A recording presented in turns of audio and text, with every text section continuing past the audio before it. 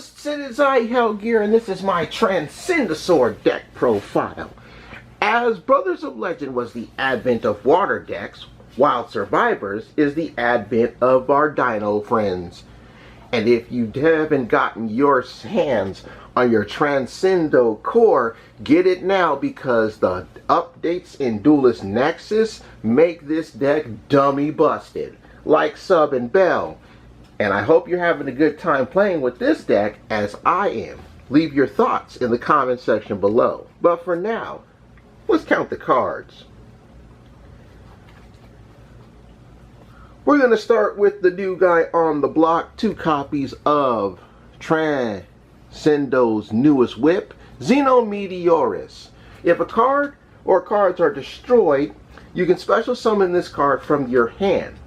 Once per turn during your main phase, you can destroy another dinosaur you control to special summon a normal dinosaur from your hand or deck, but it locks your extra deck into summoning dinosaurs, dragons, sea serpent, and worm monsters for the rest of the turn. Each of Xeno's effects are once per turn. Usually, you want to use his blast 1 as the last thing you do in your board, or 2 as a last resort. And what's cool about him is, because dinosaurs like to go second, if your opponent blows up their own cards, you can special summon this guy out turn 0. I also played 1 copy of the level 12, the Transcendrake Meteorus. Can't be normal summoned or set, must be special summoned by a card effect, which is not a big deal. There are ways to get this out by good means and by cheap means. It has a quick effect during your opponent's turn where you can blast 2 dinosaurs of yours to special summon this card from the hand. And on special summon, it foolish burials a dinosaur. Now, the last effect of it is something that all the big Transcendos share. And that would be, if this card is destroyed, you can shuffle a normal monster in your graveyard to bring this back. Right. Not just this guy has it, but the big Transcendosaurs in the extra deck also have it as well. The normal monsters that I run are Frostosaurus and Cobblezaws. Some of you might just want to run Megalo Smasher X instead of Cobblezaws. That's player preference. I did a video on which level 4 normal monsters for the dinos that you can play with this deck. And Frostosaurus is the second strongest level 6 vanilla. 100 attack points higher than the pendulum monster Fire Opal Head. And that wraps up the main Transcendo stuff. The rest of this madness is just textbook Dino Core. 1 Miscellaneousaurus, you already know how good this card is. If this ever comes back at any more than 2, Dino is going to be busted. Sip my water there for a moment. 3 copies of our soul-eating Oviraptor. This is just pretty much standard, letting you get to your misc faster, or send another dinosaur to the grave. It can even blast a dino you control to special summon the dino from the graveyard once per turn.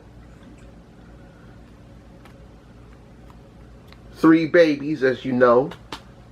Now, originally, when I did my dinosaur testing, I ran 2 baby Sarahs and 2 petite pteranodons. So I'm going with the 3-to-1 ratio here. Everybody knows how good baby Sarasaurus is. You're clapping it a lot to bring out the level 4 lower dinos. Petite pteranodon brings out the level 4 or higher dinosaurs. And while petite pteranodon goes for the higher stuff, it can even cheat out the big Transcendo level 12. So petite pteranodon is just one of the ways you can get the big guy out. 2 copies of Archie.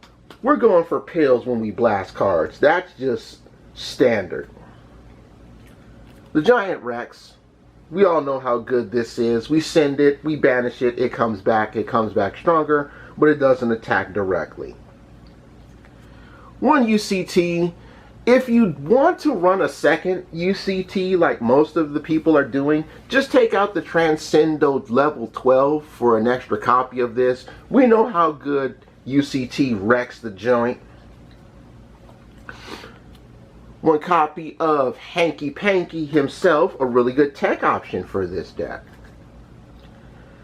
My scrap engine consists of 2 scrap raptors, or scraptors as they like to be called in the slang, and then of course the Chimera.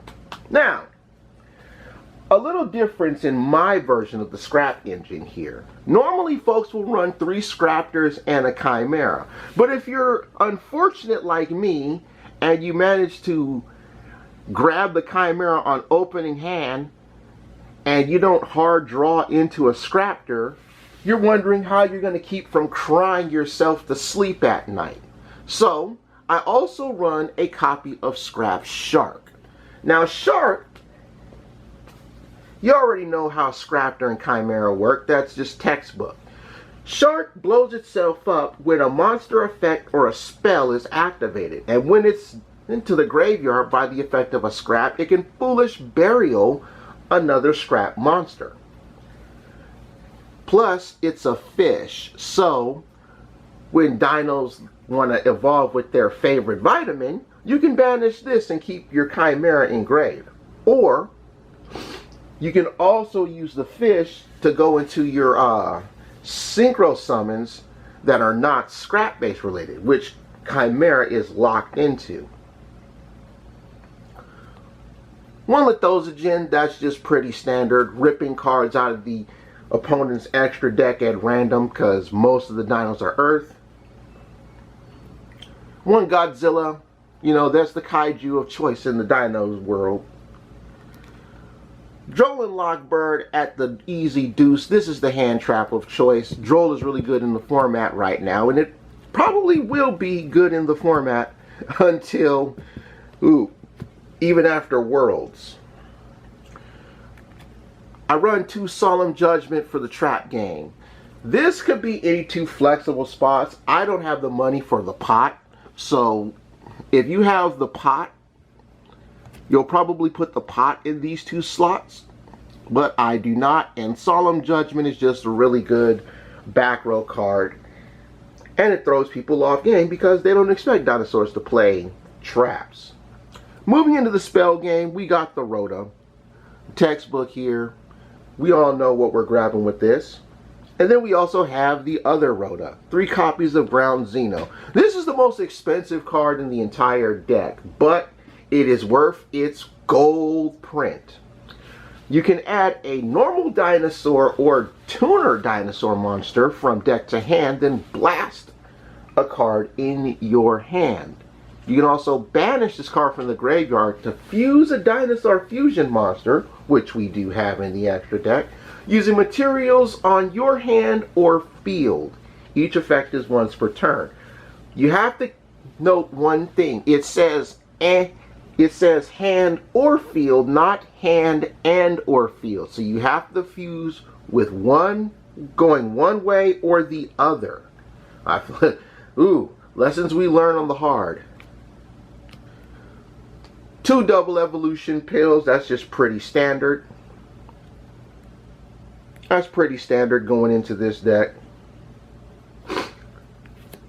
We know how Monster Reborn works. We all know that. 2 Lost World, I was originally playing with 1, but apparently 2 is the way to go. And of course the last card that we already know about is Called by the Grave. Pretty standard stuff here.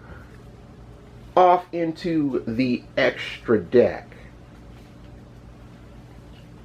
So, out the gate we have our 1 Transcendosaur Gigantozauler. Yep, Rex Raptor's Megazauler has grown up. Like Meteorus, as I stated before, it has the effect where if it would be destroyed, you can shuffle a normal dinosaur, which in this deck's case, Cobblezals or Frostosaurus, into the deck to special summon this guy from the graveyard. On special summon, it adds a dinosaur from your graveyard to your hand, giving you some recursion. Also, if it's special summoned from the graveyard, you can blast 2 cards, one in your hand and 1 card your opponent controls. Which makes for some very interesting plays.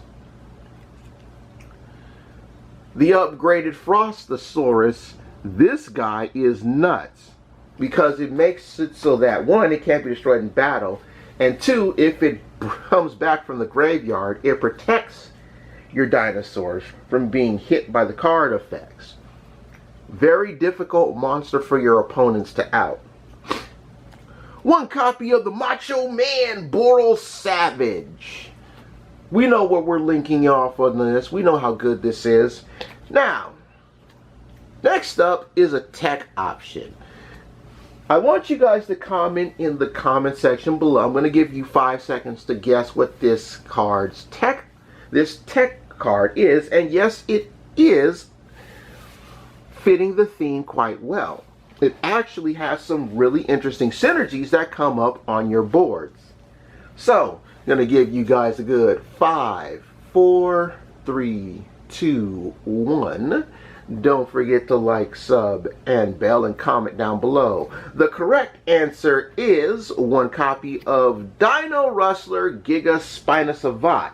Now, you're probably wondering, why does the Dino Rustler level 8 work in this deck? 2 reasons, actually.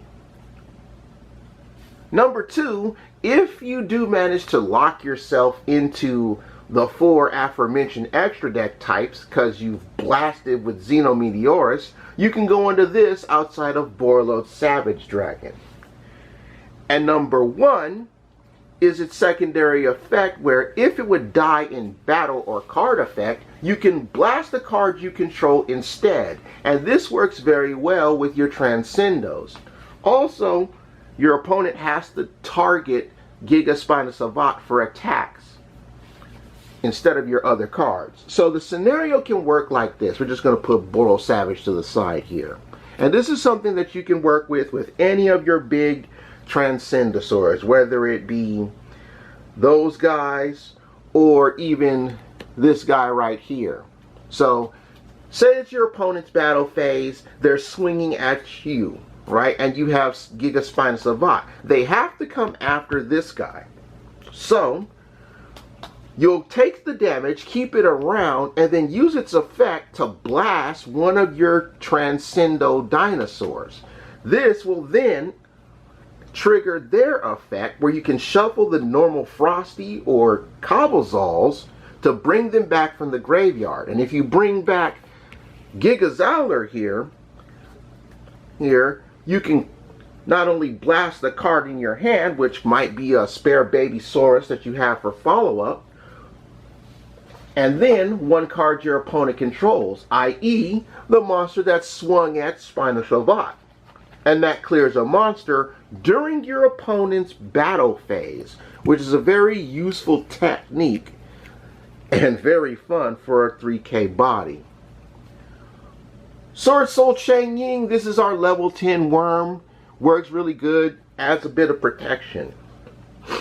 For the Xyz, 1 Abyss Dweller, because it is a sea serpent, and if you have Cobblezalls, which is also water attribute, or Megalo Smasher X, you get the attack point boost. 1 Dolka, 1 Logia. These are extra negates. I do not play Solda in this build. I'm waiting for the rank 6 Evil Zor Raz that comes in Duelist Nexus, because that thing is busted. The other Transcendo big boy. This is the upgraded version of the Pendulum Monster Lansphorhynchus. You can detach a material to bring back one of your banished dinosaurs, and if it has no materials, it deals double the battle damage to your opponent. And that's crazy in its own right. Textbook dinosaur playthrough to get on pill. 1 Cross Sheep, because, yeah, it's part of the combo. And then we got the dummy spot. Reprodocus actually is, until Duelist Nexus, the only dinosaur link monster, And it does have its instances where it comes up, especially, like I said before, with Giga Spina Savant. If Meteorus locks you into the 4 aforementioned types, you won't be able to go into Cross Sheep. But you can put Reaper-Docus into your graveyard as a link to, if you can't get the Scrap Wyvern, to equip to the Macho Man Boral Savage. We all know how good Scrap Wyvern is. It works in our scrap engine, bringing back something, blasting another card. Also, you can bring your fish type monster, Scrap Shark, with its effect.